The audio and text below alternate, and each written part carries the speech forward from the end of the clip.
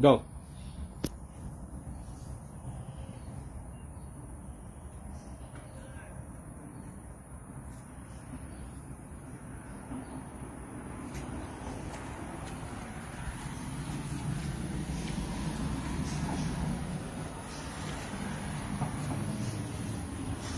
Good morning, family. Good morning, family. May the peace of Christ continue to abide with you. And I want to wish you happy remembrance. I know that it is with sad hearts, reflective minds will always remember our Father in the Lord, my mentor, Prophetily Joshua, my spiritual father, my covering. A man who changed lives, changed nations, changed the world. And I know some of us are just connecting now, but I felt it in my heart to get your heart ready for a video clip I'm going to play any moment from now after this live. But before then, I want to read to you Zechariah 4 verse 10.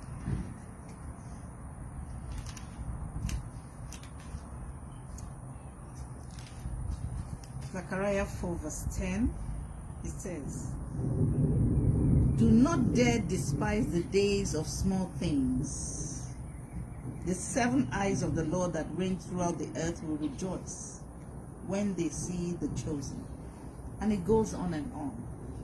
What the Bible is saying here is that no matter how insignificant your first steps, no matter how irrelevant your beginning in any career, in your calling, no matter how it looks, no matter how irrelevant, ignorant, stupid your first beginning seems to look like, do not despise it.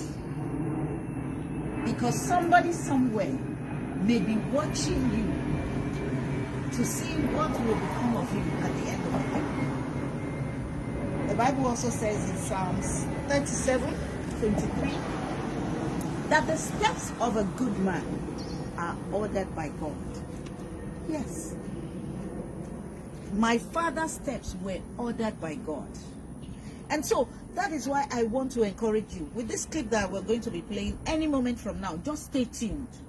It's not a live, it's a clip. I encountered 3 sisters, very elderly women, who knew when Daddy started the ministry.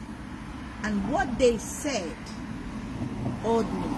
Because these were the things that Daddy would sit with us in the meetings and he would tell us about his humble beginning and the reason why we should not be proud, the reason why we should stay humble, the reason why we should love Jesus above all things.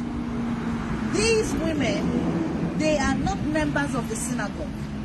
They knew Daddy more than 35, 36 years ago when Daddy started in a small room as a humble young man, learning to take his first steps in his spiritual walk with God. And they told me so much about how the life of Daddy was so impactful. His prayer life, his spiritual life. I don't want to take your time, but I just want to bless you that as you watch this, I pray someone somewhere as you are watching, may you be inspired. I had to come out like this because today is not a day of show off. It is a day where we should always reflect and remind ourselves that God raised a man with so much anointing, yet so much humility, so much regard for everyone, whether you are high or low, whether you are his level or not. He had love and compassion for everyone, regardless of race, status, color, or origin.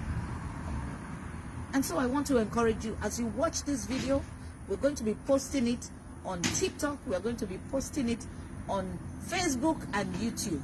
But I'm not sure if TikTok can take such a lot, because it's like almost 40 minutes clip. I want you to sit down and listen. These women, they are half or less educated, but we have tried to, translate so that those of you that are watching from other countries, you can listen to them. They are not members. I'm repeating it. They are not members of the church. They don't know anybody about Daddy's family. They just knew him as a neighbor who lived in a place where they noticed that he was always called Baba Gbokpewa.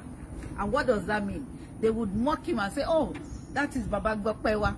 And that is the man that's always saying, Lord, receive our praise. Father, receive our praise. Baba Gbokpewa means, Father, receive our praise.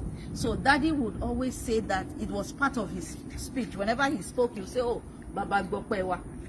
That was part of his speech. So that statement I knew because when I joined the church in 1993 at the old site, which is the Faith Resort now, Daddy used to use that word in prayer a lot. So I never knew them, but many things they spoke were part of the things Daddy would tell us. And if Daddy had been a man who lied, maybe he said, I did this, oh, I did this, we would have seen the reality. But when I listened to them, every word of Daddy, that Daddy had used to encourage us as disciples, that look, be humble. No matter the level you are, remain humble. Because God does not necessarily reward good people. He doesn't necessarily reward rich people. He doesn't necessarily reward smart people. He rewards the obedient. And that obedience is what my father in the Lord has followed all his life. And today, the whole world is remembering him for every act. Like I said, the steps of a good man are ordered by God. Ask yourself, in what way are you good? The goodness you show is someone somewhere praying that God bless this good man, bless this good woman. Let the life of Prophet T.B. Joshua be a testament that you can also be good. Good for the glory of God, not for selfish, not for classic, and not for material reasons. God bless you. See you in a bit.